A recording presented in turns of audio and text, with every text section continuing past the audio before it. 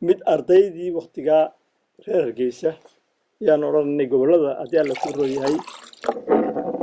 Somaliland oo dhan inay ardaydii sanadkaa ka baxday iskuulladu waa dugsiyada dhexe ay waayeen iskuullo secondary ay kala mudaaradkii ugu horreeyey ee ka qayb galay buu ahaa markaa standard 5 meelahaas aan ahaa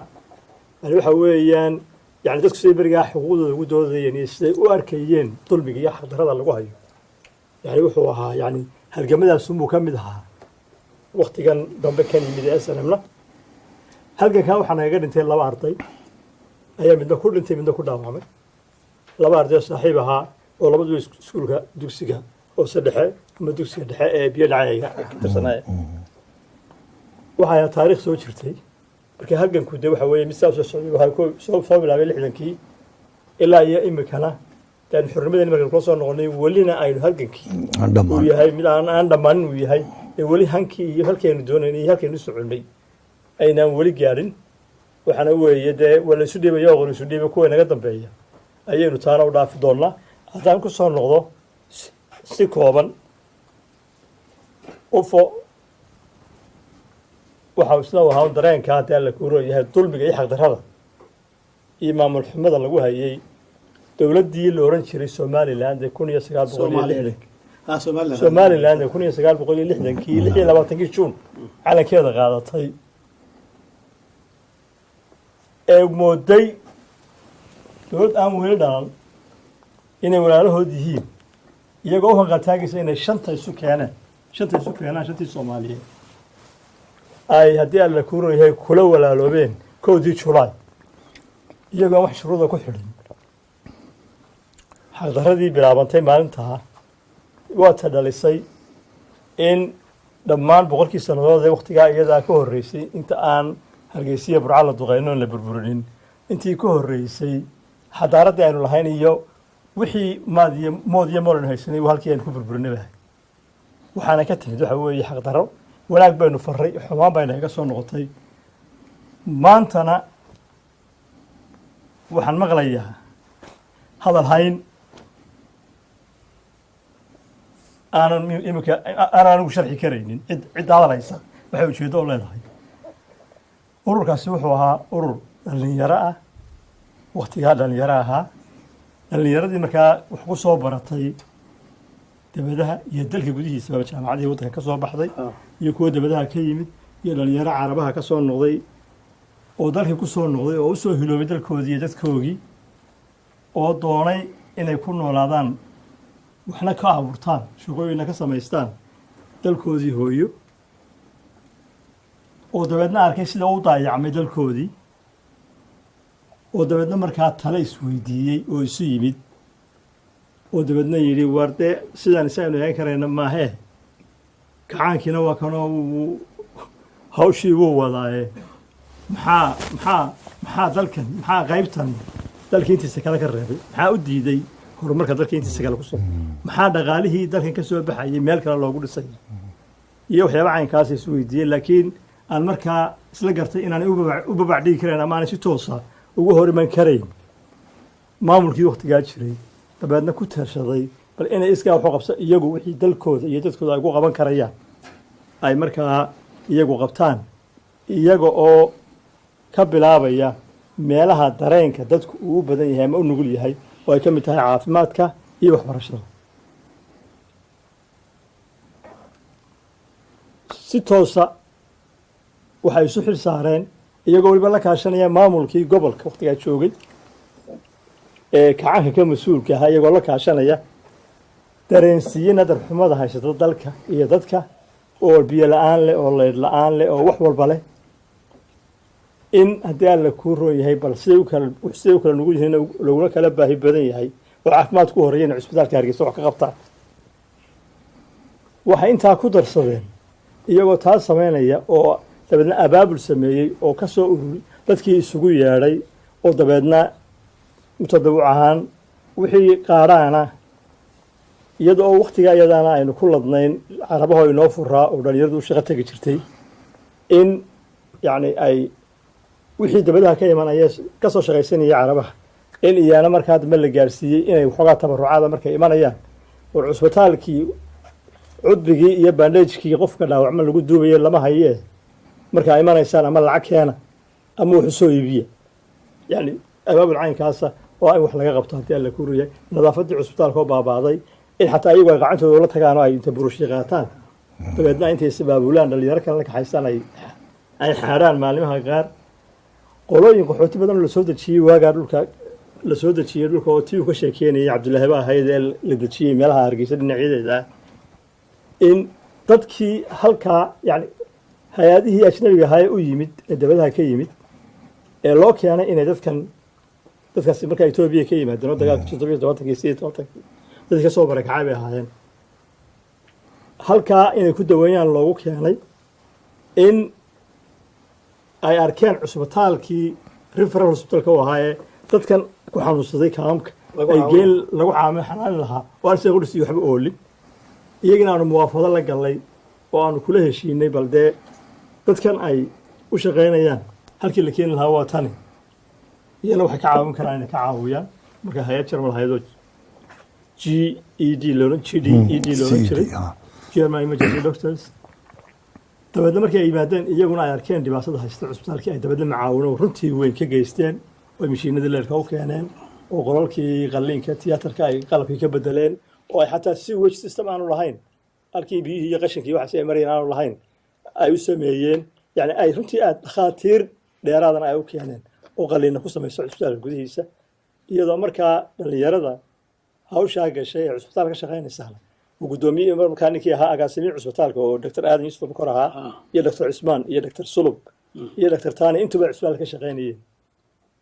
marka waxay noqotay taasi waxay abuurtay markaa in cusbitaalkii wax iska bedeleen iskuullada laftoodii haddii alla ku roon yahay in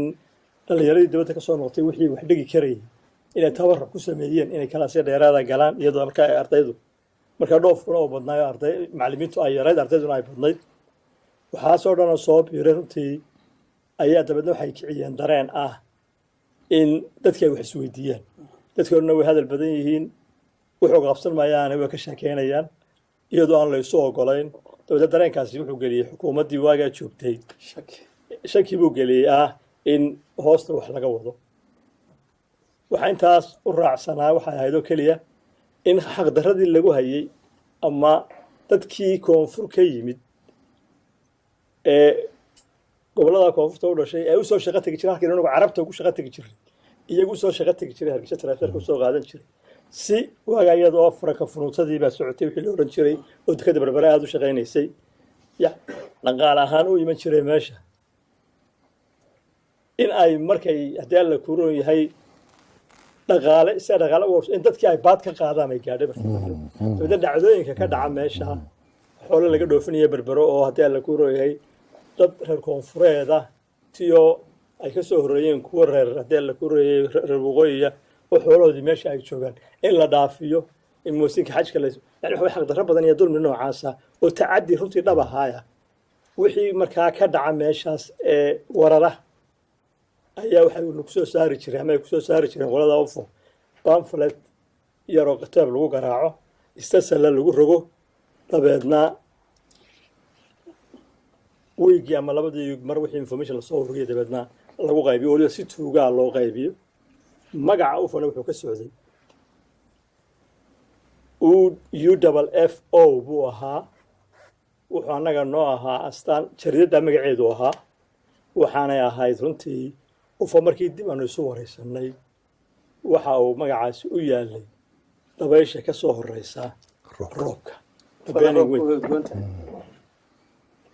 markaa halgan soo socda waa saadaal bay ahayd oo iman doona oo markii dambe mahiigaan inagu noqday ufadii ka horreysay baa xadoodta horodhac baa markaa habaan uga jeedin laakiin urur ayaa soo saari jiray magac urur bay kusoo bixi jirtay ururkana waxaa la odhan jiray RUDM iyana af soomaali ahayd abbreviation lagu sameeyey oo rag u dhashay magaalada yaad markaa rag u dhashay magaalada ayuu ka turjumay ma ahayn wax sophisticated ah waxaa ahayd haddii alla ku rogay war intii dalkunbaa dee u kacday ayuunbaa u kacday marka saasay ku bilaabantay dareenkaana way ka qaaday xukuumaddu markaa dabeedna waxaa bilaabmay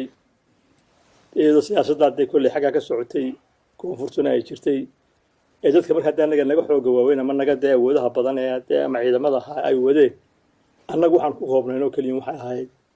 xaaladan ah warsadii magaaladan aynu joogno iyo dee magaalooyinka kale ee dareenkuna wuu jiray loo gaarsi lahaa dareenkaa looguna sheegi lahaa inaan dowladi u maqnayn ama dad cid u maqan inaanay jirin ee in iyagu isku tashadaan waxaa jirtay waqtiyaas oo kale iyana markii xarakaadka noocaasi bilaabmay mar baa laga soo diray niman saraakiil ama madaxayd oo reer somaliland ahaa oo ku jiray dee daala kureeyey xukuumadda ku jiray oo uu ka mid ahaa allahu naxariistee laxwas oo ahaa dee golihii sare kacaanka ku jiray axmed faarax iyo haddii alla ku roon yahay dadweyne iyo ha markan si gaara waxaa ku jiray isaga iyo axmed maxamed siilaayo madaxweynaha somaliland labadaasaa markaa wafdi ahaana loogu soo diray markaa arrimaha iyagu ay bilaabmeen oo dabadeed bal ka soo warbixiyey bal ka wardoon maxaa waxa ka jira meesha soo ogaada maalintaana habeen ay shir u qabteen dadweynaha magaalada oo raadiyo ka sheegeen waanu ka qayb galnay maalintaana waxaanu u sheegnay dhibaatada ka haysata gaar ee gobolka haysata maalintaa wixii ka bilaabma aanu la hadalnay aanu soo bandhignay dabeedna bartilmaameed baanu noqonay maalintaasaan noo arkay inaanu nahay dad hoosta wax ka wada oo urura oo doonaya inay weliba waxay marinayaan markaa inay kacaanka afgembiyaan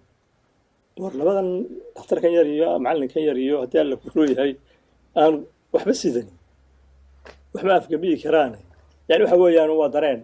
laga qaaday dabeetana waa laydin qabtay mushkiladdan waxaa noqotay war maxaa dadka aanu laynayno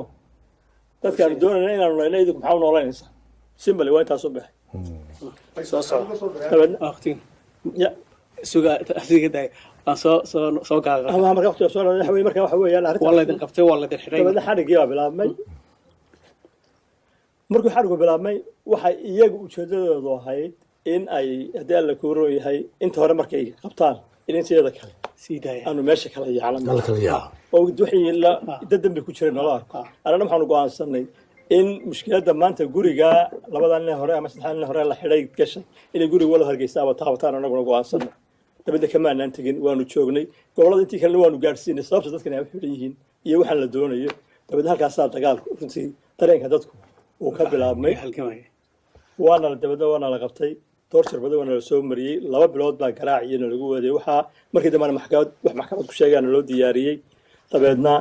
annagoo ilaa 30 ku dhow maxkamaddana la keenay waxaa dabeedna dhacday wixii waxa loo ekeysiiyey in maxkamad la qaaday oo waxa laga dhigay maxkamad si cadaalad u dhacday wuxuu eg baa laga dhigay barkaya waa la xidhay markii waxna lagu soo wada eedeeyey waxa ahayd dil si odhan tahay laakiin maxkamaddu waxay tidhi 4 ka midana waxay ku xukuntay xabsi daayin 12 kalena waxay ku xukuntay haddii la korayay 20 sano 8 anigu aan ka mid ahaana waxay ku xukuntay 3 sano iyo 8 sano noo qaybisay markii anigu qoladii 8 sano ahayd baan ku jiray qoladaydaasi xarigii waan soo dhamaysanay waan ka soo baxnay intii kalena waxaa la geeyey 20 jir oo ay ku xidhnay runtii waxaanay dee runtii ku xidhnayeen muddo 8 sannadood ayay iyaguna soo dhamaysanay xabsiga iyada sidaasay xaaladda iyadu ahayd waxaanay ahayd runtii dee mid اوكي mahadsantahay labadana kale inaan rabaa inaan gaarsiiyo aad iyo aad baad mahadsantahay axmed intaas waa ku filan tahay waxaan baliyana doonayaa inaan in yar u wareegno dhinaca qurbaha nimankii joogay halkaas war fadhiya tahar iyo liilan labaduba qurbahay jireen waxaa nimankii ka halka qaatay dhinaca qurbaha especially Abu Dhabi iyo Sacuudiga waqtiguu gaabayay min 5 minute ayaan idin siinayaa soo dhawaad vida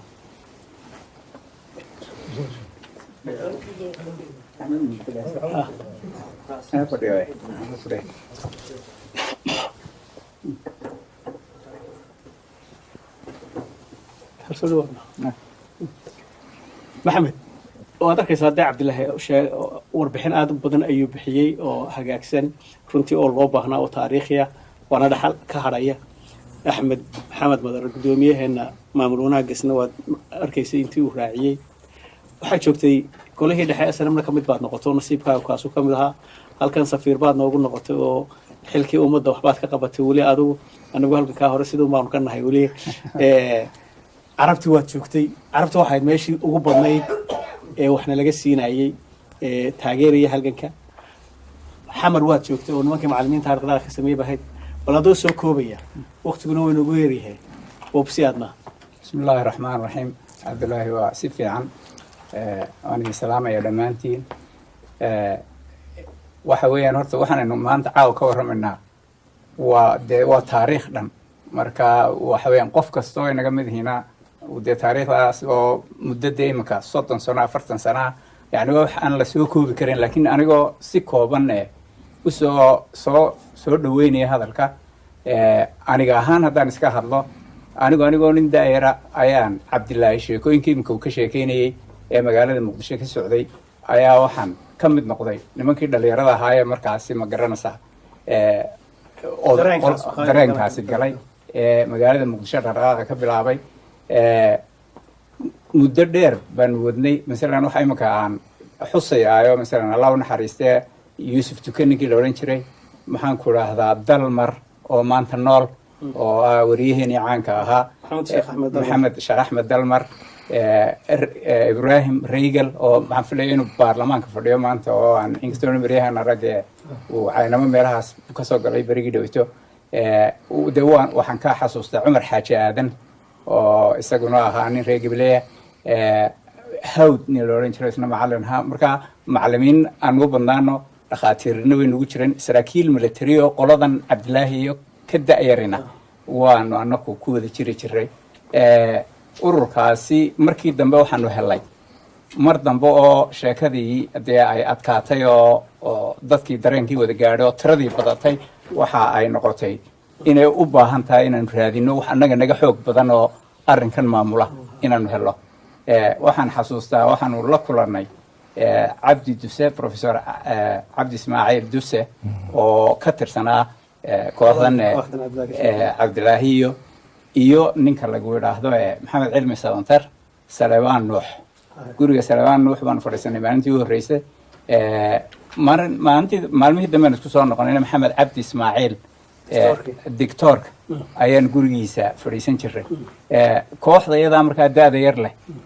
laakiin tirada badana ee ah mashiinkaanu doonayno inaanu meesha lagu dhaqaajiyo mashiinkaan doonayno in meesha lagu dhaqaajiyo ayaanu hayno waayo ninka da-da yar waxa weeyaan waa ninka loo baahan yahay markaa shabaabka ah ee dee xoogga leh ee la rabo inuu arrinta wax ka qabto waxaanu qoladaa markaa ku salimnay oo aanu guddoonsiinay ururkii aanu anaku lahayn inay iyagu hogaamiyaan oo aanu markaa anakuna noqono niman dhexyaalahoo laba nin iska soo doortaa lanagu yidhi aniga reygal baanu hayn aanu la kulmi jiray qolada tan markaa su-aalo badan iyo meeshan dee cabsi baa taalay nin dee dictator ah waddanka joogay NSS iyo beledii baa jirtay shaarkaaga maad aaminin waxaan xasuustaa anigoo walaalkii la seexdo igu xiga dhalasho oo nin injineer ah in anoo shirarkaa kasoo qayb gala aan sariirtiisan xitaa waraaqaha laysoo dhiibo hoostiisa gashan jiray lakin weligii umaan bixin yani siday arrimuhu u adkaayeen waxay ahaayeen arrin dee aan maanta marka laga sheekaynayo nin waliba wuxuu og yihuun sida horeba u sheegteen inta uu isaga ku beegan marka markii dambe gaziira dad lagu laayay anigu nin jaacad wax ka dhigan ahaa markaa professora waxaa ku jiray nimanan halkaa wax ka wadin war hebel way aroortii markaa shaqa tegay jaacadii tegay oo sawtii xalay toole xagee lagu dilay qoladii gaziira lagu toogtuu ku jiray markii aan muddo sii joogay waxaan ogaadnay markii dambe dee nin dhaqdhaqaaqayaa tahay dad badanna runtii ay magacayga aada u garanayaan cabsi fara badan ba ay soo gashay waxaan goostay markaa inaan dalka iskaga baxo jiddaan tegey halkaasa waxaan kaga biiray haddana dhaqdhaqaaqii ma garanaysaa carabta ka jiray magaalada riyaad ayaa xusid mudan oo run ahaantii aada iyo aad aanu dee rag fara badan halkaa aanu ku wada kulannay oo masalan dee guddidii meeshaa ka jirta ahayd guddi aada iyo aada u adag maalintii burco la galay 27kii waan xasuustaa weli sawirkayga way hor imanaya halkii aan taagnaa iyo shucuurtu siday ahayd dadkii meeshaa iskugu soo ururay maalintaasi oo maalin aada iyo aada u adaga oo maalin taariikh leh na ah maalin taariikh lehna ah waxa ay aan usoo gudbay markii dambe oo aan imid oon soo galay ma garanaysaa dalka Norway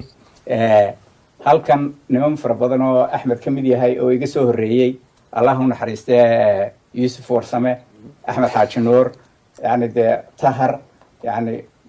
waynu badnayn marka waxa uu qorsku dhiibkaas oo maamulka kulbo qolaa loo sii dhiibay laakiin waxaa aad iyo aad xusid u mudan in aynu ahayn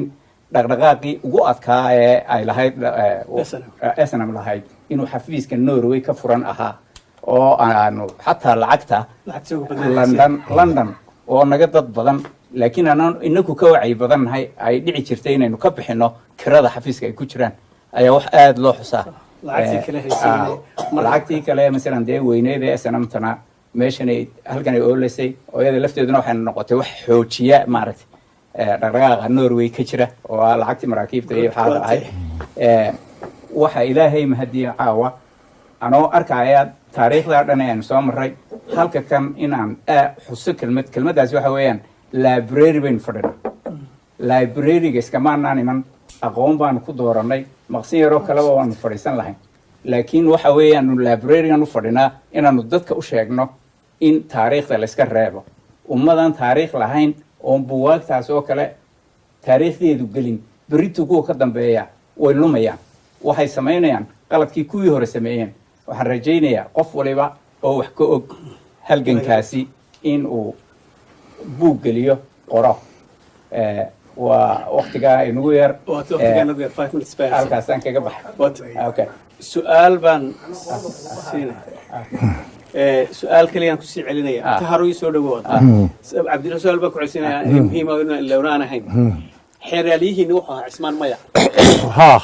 bal ninkaa ka waran cismaan mayo ahaa cismaan maya horta nin ummadda kaga qaylisiyey buu ahaa gaar u dhacday oo dee meeshaasu joogado xeeraalihii guud weeye ee maxkamadda sidiisaba markiisii hore ninku wuxuu ahaa xogga dalku ka tirsanaa dabeedna xaggaasaa la geeyey anuu berigi hore boolis baa noo jiray waa xogga dalku ka tirsanaa dabeedna maxkamaddaati la geeyey xeeraliya guud waa kii noqday maalintii annaga maxkamadan la keenay ee hore waana la kala qaybiyey markii hore inta la soo xereeyey waxa iyagii oo dhan meesha lagu soo xereeyey ayaa dabeedna intii reer koonfureedka ahayd la saaray inteedii reer isaaq ahayd ayaa lala soo haray dabeedna berito ayay sagaalka meelaha ayay furmaysa maxkamaddu aroornimadii markii maxkamadda la yimi ee la yidhi ha bilaabato maxkamad ha bilaabato ayaa ninkii odayga ahaa ee la odhan jiray cismaan maye cunaha lagu dhegey cunaha ayaa lagu dhegey dhab wuba hadli kari waay waxaa ka codsanaya maxkamadda sharafta waxaa ka codsanaya in la kala dawaayamayo biyo kulliya waxba geelo manaxaa salla calee maxaa dawadaada u soo cuni weyday biyaaga u soo cabi weyday ninkii isaga ahaa lama sii daynin sidii ay maxkamaddu socotay 1 minute chansa lama siin sidiiba cunaa loo haystay waa shukur ilaahay dabadenkii waana ninkii lagu soo bedelay abshir saalax ee la yidhi abshir saalax waan reer uqeeya nimankan kiiskooda gelin ee cismaan may hagalo dabadenkii odayga ahaa sidii cunaha loo haystay ayaan horta anagu labad jiroo noola qaaday dabeed markii aanu soo baxnay yaanu wareysnaan ballinkii ka warramo waxaan idhi ninkii sidii ku ogeydeen yaa looga sii daray hadalkaa ku xidhmay hadalkiiba totally ku xidhmay wuxuu noqday inuu gacanta wax ku qoro dabeedna itaaliya loo diray italy markii loo diray ayaa italy halkan dhuunta laga dalooliyey belaaya afka ka socota halkan dhuunta ayaa laga dalooliyey tuubbaa la geliyey tuubadaasaa malaxda iyo dhiigga iyo qurunka ka soo guraysa dabeedna wuxuu ninkii ku dambeeyey waraaqa qoraalka uu qoraayo nimankii reesha haysahaa hala ii doomo hala iiga duceeyo sidii isaga oo ah oo aan ciidina u ducayn ciidina u tegin ee kaga baxda mirbadii ku darayaado markii aanu ka soo baxnay xabsiga maanaan joojinin halgankii waxaa qaylo badan baa ka timi xaggii frontka oo laleeyahay meeshii saraakiil lama hayo communication lama hayo dabeedna waxay noqotay in saraakiil badan baa markaa meesha joogtay in la doono saraakiisha waxaa loo xil saaray ururintooda ninka la yidhaaho maxamed cabdi qamariye qamariye loo xil saaray waa isaga iyo ismaaciil oo keliya labadoodoo keliya ayaa loo saaray cid kale oo ku saddexaysa oon ilaahay ma jirto dabeedna 4 iyo 10 sarkaal 4 iyo 10 xagga nooga ma jirto xaggeeda ku timi oo gaashaanluhu u hooseeyo ayaa soo dirtay ayaa soo diray siday ku soo baxeen nimankan abgaa la yidhaha ahe oo kule ceelcadda iyo meel ahayd xagga ka siyaaro kule oo maalin khamiiseed baxaya yalala egta oo raaceen warmahoodii dhaadheeraa iyo iyagoo sita calaamadoodii waxoodii ayay iyaguna dhex galeen dabeedna way la dikriyeen gawaadhidii iyadoo kolonyo ahoo boqola xamar ka baxday waa ku dhex jiraan daliiqaano waa la socdaa xaradheera ka wareega waa khamiis beritan waa jimca khamiistaa berita jimcaha already waxay joogaan gudihii Ethiopia joogaan waxay la joogaan mustaxiil meeshaas maraya saasay ku soo baxay sidaan dee markaa jimcihii waa maqan yihiin waqti ciid tegi mayso sabtidii unbaa u horreysa waqti la ogaado ciid ogoo kale waqti aad u wanaagsanna wayna soo gaadheen oo walba loo baahnaa taharow solow bal maxaad ka haysan abudabay soona gaaba waqtigu waa gabay waa finish halkaa inankii wuxuu iga hayaa warqad cad nowlis buu iga hayaa بسم الله الرحمن الرحيم والصلاة والسلام على رسول الله صلى الله عليه وسلم أنا أقول كمر هاجي يا عبد الله صح إيه أنا أقول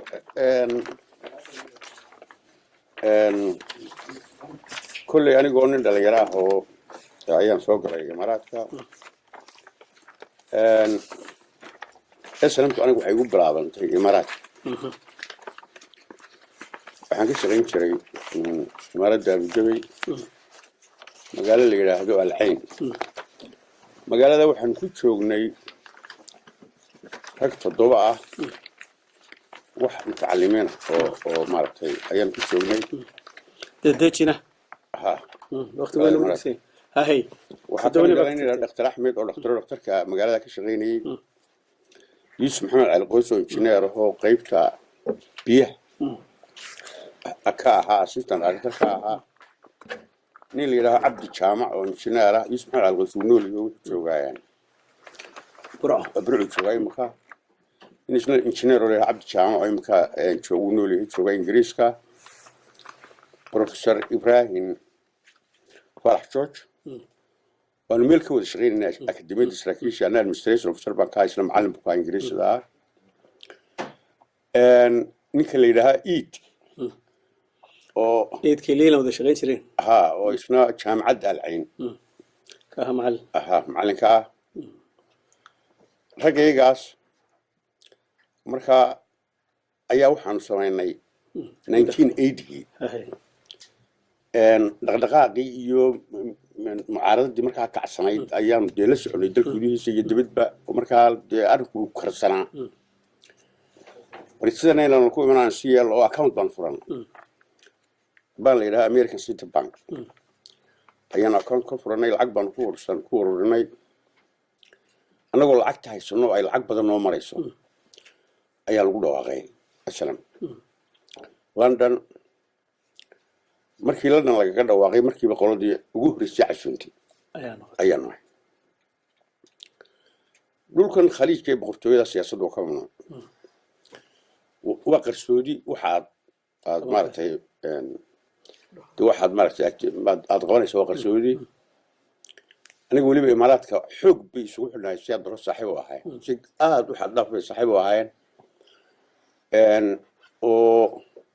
دكتور محمود وبرعاء شو شريات قريزان وبرجع العسيري إن أباري وسياد برينك عسيري شري دبنا وقت قاعد كورس بولن وبحي بدو سمرود دبنا صورة ما يستنى إنه بدوي كوهك إنه أبرك عايشين كشقية حيصير دكتور الكلب مقال اللي هي عشان تشري وقت قاعد يقول عادين المسافر يلا قد بدو سرد عفمات كالصومالية أي إمارات كسود البطود دبنا أي الحكومين المسافرين دبنا يبنوا التهريبين ودواتوين بدنا عين كاس أي تشري مركب واحد لو بروفايل وحيو أن مركي أنا عسوني دخسي يبقى كم يتهم محمد حاش علمي أن وحيد عادين إيربورت إن لقى بقى إن لوت وحمر كاس برد هيستنين أوجين هو مركا لكن معارض ها أنا أوجين نبى مركا شري ساق هو دليرة هو سكول إنستيتوت كبرعة كبحية هو consulara oo NSS-ta laakiin ah waa dhagaweyne ma dhigaweyne maxamed uu ka tegay dhigaweyne waxaa nin imika ahaayeen Maraykan ma doonayaan magacaabo runtii ninkaasaa jooga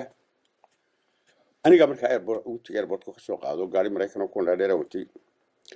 marka meeshaan shirka ku qabanayna aan ka sii fikirnay muslim magaalada Alcayn ayaan islaan ilaahay hawl naxariistay bari dhaweyd bay dhimatay shaamaad la yiraahdo reergiisa oo boqol ahayd ayaan awr intaan soo iibinay wasiyadii shixsaaq dhahay aad u abaab sidaan dad ugu dhuumano hadii kale shir ma qaban karno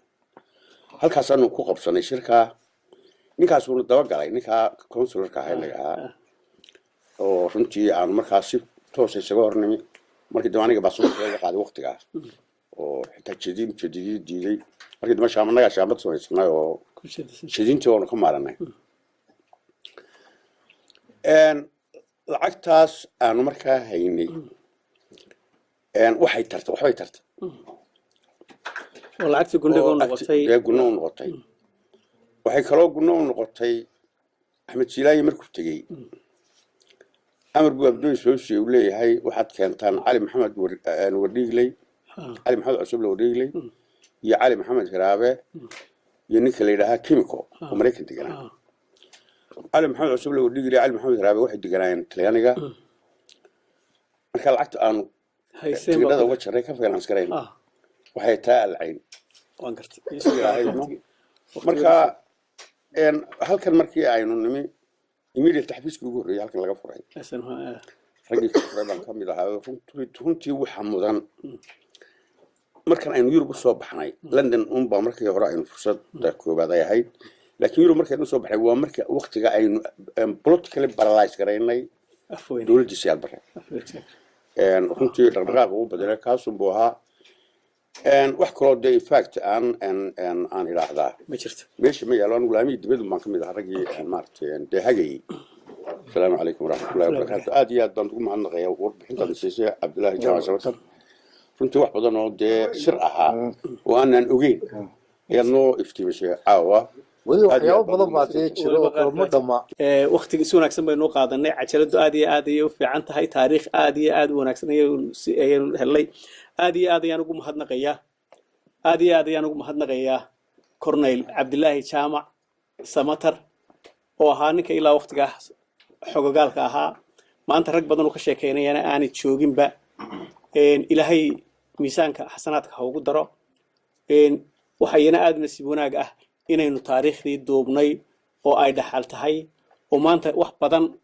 إنه كلمة ومد أردمي أي كهلي دونتو كنت وحنا نكوجوا بيا نكستا أو تاريخ هيا إن أو دوبه وما أنت والله دوبي كرا مشاهدين تودن كي شوكتان كهالليا سراك هوجان كهيسي سراكيش بان كهالليا قلياشي دحان كهالليا مشاهدين تي هلجان كهوسان كهالليا قد كي تاريخ نولات إلا لحدن كي أوجا أيان كهالليا شعب جمركي لحدن كي اللي يسكت دري مركبة واحد سوستين واحد لين مركبة أياد قال شوم بان قميص يقولي ما حد قال جيرش كذي مركي دحين بقى برلمان كنا بشيوه الرئيسي بسارة الله يعي وحصل موحى يعني عبشوين كينية إن تذكر يسوب بودان انقلابka ay sameeyeen groupkii Xasan Keedi ah hogaaminayay ba kamid ah waxa kamid ah ilaa waqtigaas runtii taariikhda dheer uu xasuusiyay aad iyo aad ayaan ugu mahadnaqay Cabdullaahi Jaamac inta in leeg oo ka harsanna way jirtaa oo jecelahay hadii Allah yiraahdo inaynu waqtigeenu hela kale aynu ka sii wadno inuu ka qabanno aad iyo aad ayaan mar labaad ugu mahadnaqayaa qolada warbaahinta waxay naga duubaysaa ee sawir qaadayaasha waxsan sheeg iyo waxaan u mahadnaqayaa Sidiiq Faarax تيفيجي قرنك محمد شامع أيام محدنا وأنا كسينا جاء محمد هذا هالكلام من صوت لبيرك أورنيسو أتكلم سنة صوت صوفر سنة صو آدي أيان عبد الله يو أحمد يو قلوين كي كلاك هالله وأقوم محدنا قيا لما أنت محمد الله هاي كلان دمبه يو فرحد فليرتك سوق بشين آدي أنا محدنا قيا قلنا السوق قابل سي عبد الرزاق مصطفى آدي أنا كم محدنا قيا injineerada iyo nimanka dhalinyarteerna waan mahadnaqayaa Saleebaan aad iyo aad ayaan ugu mahadnaqayaa ragga ka soo qayb galay hawshan ee ka soo qaban qaabiyay waana waajib aad iyo aad baan qoridin dhalinyarta aad ugu mahadnaqaya qolooyinkan kale inala joogay inala shaqeeyana aad baan ugu mahadnaqaya nashkurakum